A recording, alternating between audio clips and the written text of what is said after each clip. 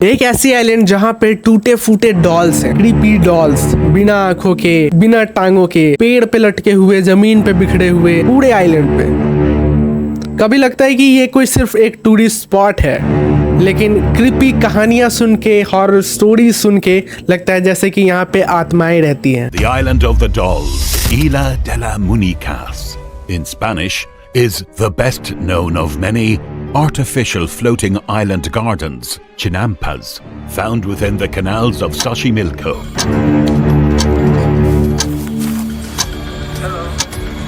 Mexico के एक सुनसान कैनाल के बीच जहाँ हर गुड़िया अजीब दिखती है। और सबसे पहले तो भाई गुड़िया है तो वही अजीब है। हो सकता है कि इसके पीछे कोई हॉरर स्टोरी हो या फिर हो सकता है इसके पीछे कुछ और ही वजह हो। ये आइलैंड मेक्सिको सिटी के बिल्कुल पास जोचिमिल्को नाम के कैनाल के बीच है। एक पूरा नेटवर्क है पानी का। एंड जोचिमिल्को एक यूनेस्को वर्ल्ड हेरिटेज साइट में भी आता है। और इन्हीं कैनाल्स के कोने में है ये creepy island, Isla de las Munecas, island of dolls.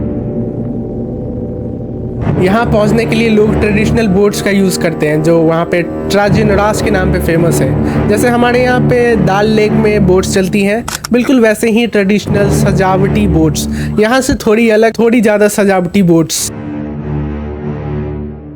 1950s में एक इंसान डॉन जूलियन यहाँ पे आता है। बाद में चल के इस आइलैंड का वो एक केयर टेकर बन जाता है। एक दिन उसने पानी में तैरते हुए एक डेड बॉडी को देखा, एक लड़की की लाश। उस लड़की की मौत शायद उस कैनाल में डूबने से हुई थी।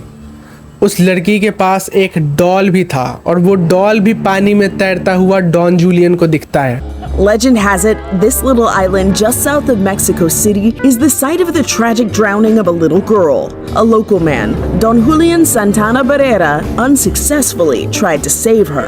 That was in 1950, but Don Julian reportedly said he could still hear the little girl's cries. Some claim after her death, he found dolls every time he went outside, while others say that for 17 years, he hung broken toys, trying to ward off evil spirits with unloved dolls. Whatever the reason, he left behind a terrifying place to visit. Don Julian फिर सोचता है कि शायद उस लड़की की मौत उस कैनाल में डूबने से हुई है।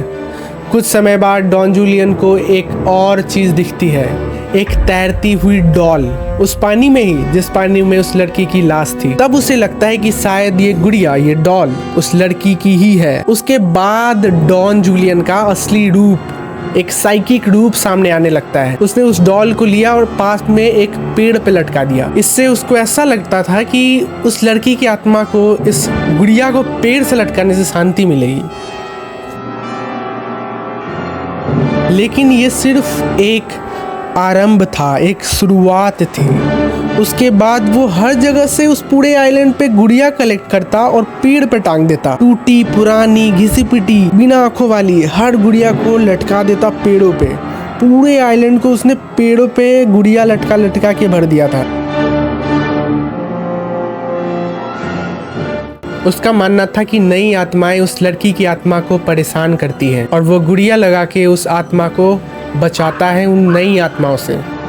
समय के साथ डॉन जूलियन का ऑब्सेशन गुड़ियों के प्रति और इन हरकतों के प्रति और भी बढ़ता गया। वो कहीं से भी छोटी, पुरानी, घिसी पिटी डॉल ले आता और पेड़ों पे उस आइलैंड पे लटकाने लगता। लोकल लोग बताते हैं कि कभी कभी उसको सेल्फ टॉक करते देखा गया, यानी वो खुद से बातें किया करता था। इस हिसाब से तो मेरा भी पत्ता कट चुका है। कुछ लोग कहते हैं कि डॉन जूलियन ने उस पूरे आइलैंड को एक टेम्पल की तरह बना दिया था आत्माओं के लिए।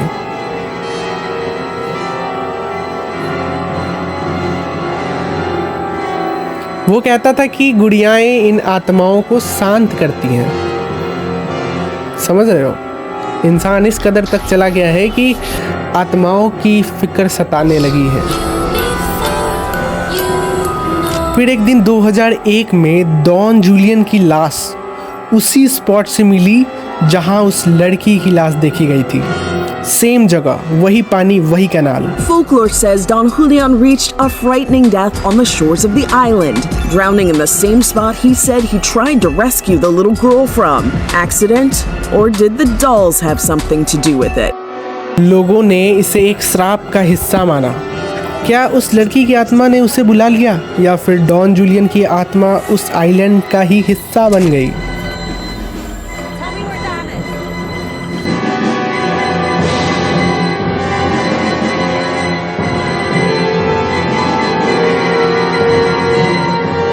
और यहाँ पे आने वाले टूरिस्ट लोगों का भी अजीबोगरीब मानना है। उन्हें अजीबोगरीब आवाज़ें सुनाई देती है यहाँ पे जब वो आते हैं। तो वो बताते हैं कि कभी कभी वो जब आगे चलते हैं तो लगता है जैसे पीछे से कोई देख रहा हो। यहाँ तक बोलते हैं वो कि कई बार जो डॉल्स हैं उनकी आंखें हिलती हुई दिखती है। कुछ पैरानॉर्मल इन्वेस्टिगेटर्स के मुताबिक ये सच भी है। मतलब उन्हें भी लगता है ऐसा कि गुड़ियाओं की जो आंखें हैं वो सच में हिलती हैं। कुछ गुनगुनाहट जैसी आवाज़ भी सुनाई देती है। कुछ और भी क्रीपी चीज़ें वहाँ पे देखी गई हैं, ऐसा उन पैरानॉर्मल इन्वेस्टिगेटर्स का मानना है। लोकल बोटमैन जो त्राजिनडास चलाते हैं वो बोलते हैं कि ये बहुत शांत दिखाई देने वाली जगह है, लेकिन अकेले रहने वाली जगह बिल्कुल भी नहीं है। मेक्सिको सिटी के बिल्कुल पास जोचिमिल्को, आज वहाँ पे लोग कलरफुल नाव में बैठ के पार्टी करते हैं, लेकिन वो नहीं जानते कि ये जगह एक पुरानी सभ्यता की एक आखिरी जिंदा निशानी है। एजुटेक्स, एक पावरफुल मेसो अमेरिकन सिविलाइजेशन जो 14 से 16 सेंचुरी के दौरान पूरे सेंट्रल मेक्सिको पर राज करती थी। उनकी कैपिटल थी तेनोचितलान, जो भी इसका प्रोनाउंसिएशन होता है। एक ऐसा शहर जो झील के बीच बसा है। एजुटेक्स के पास अपनी लैंग्वेज थी, अपना धर्म था, अपना देवता और एक ऐसी बिलीफ सिस्टम जिसमें वो मानते थे कि सूरज को उगने के लिए खून चाहिए, इसलिए वो ह्यूमन सैक्रिफाइसेस किया करते थे। मतलब ये आइलैंड आज ही क्रिपी नहीं है भाई, लगता है जैसे कि सालों से ये क्रिपी चीज़ें यहाँ पे होती आ रही हैं। जब आप धीरे धीरे सब कुछ लेयर बाय लेयर समझने की कोशिश करते हैं तो आपको अंदाज़ा लगता है कि सिर्फ एक पहली घटना नहीं है, या फिर ऐसा नहीं है कि पूरे ट्रेडिशन में ऐसा कुछ पहले हुआ ही नहीं हो। एक्चुअली मेक्सिको सिटी में ये माना जाता है कि डॉल्स अच्छी होती हैं, वो आत्माओं को यानी इविल स्पिरिट्स को अट्रैक्ट करती हैं और ह्यूमंस को बचाती हैं। एक ऑफरिंग की तरह, एक प्रोटेक्शन की तरह डॉल्स को देखा जाता है मेक्सिको में। और इससे हमें डॉन जूलियन का साइकोलॉजी भी थोड़ा थोड़ा समझ में आने लगता है। थोड़ा थोड़ा अब लगने लगता है कि इसके पीछे क्या रीज़न है, वैलिड रीज़न क्या है। डॉन जूलियन क्यों अच्छा मानता था गुड़ियाओं को, और वो समझता था कि स्पिरिट्स इससे अट्रैक्ट होती हैं। और एक अजीब बात यह है कि अब ये एक ट्रेडिशन बन गया है। यहाँ पे जो भी लोग आते हैं वो डॉल्स लाते हैं और पेड़ों से लटकाते हैं ताकि उनके विशेष पूरे हों, या फिर वो जो भी गुनाह करे हैं वो खत्म हो सके। आप इसको कंपेयर कर सकते हैं जब हम कहीं पे जाते हैं और रक्षा सूत्र को बांधते हैं, या फिर हो सकता है आप लॉक्स को बांधते हो, लॉक्स लगाते हो। ऐसी बहुत सारी जगह हैं, कुछ उस टाइप का ही ट्रेडिशन यहाँ पे बन गया हुआ है।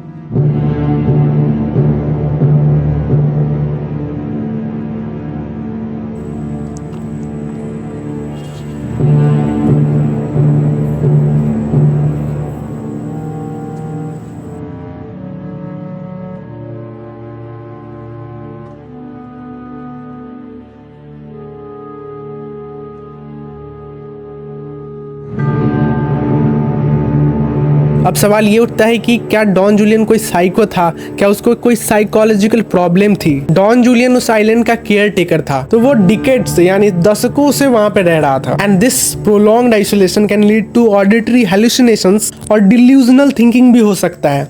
ऑडिटरी हेलुसिनेशंस का मतलब है जब आपको ऐसी आवाजें सुनाई देती हैं जो नहीं होती हैं, या फिर ऐसे क्रीपी वॉइसेस, क्राइंग वॉइसेस सुनाई देते हैं जो एक्चुअली में एग्जिस्ट ही नहीं करती हैं। वो सब दिमाग का खेल होने लगता है। वहीं पे डिल्यूजनल थिंकिंग तब आता है जब स्पिरिट्स या फिर आत्माएं आपको लगती हैं जैसे कि एक्चुअली में एग्जिस्ट करती हैं। And Don Julian reportedly said कि उसको उस लड़की की आत्मा सुनाई देती थी। And this is the point that proves कि उसको ऑडिटरी हेलुसिनेशंस होती थी, ऐसी आवाज़ें सुनाई देती थी जो एक्चुअली में एग्जिस्ट ही नहीं करती हैं। And this is a common sign of साइकोसिस। ये तब होता है जब इंसान अकेले आइसोलेटेड फॉर्म में रहता है। तो आज भी सवाल वही है, क्या डॉन जूलियन को डिल्यूजनल थिंकिंग वाला कोई प्रॉब्लम था, डिल्यूजन्स हुए थे, या फिर सच में वो सब कुछ महसूस करता था और सच में वो चीज़ हुई थी।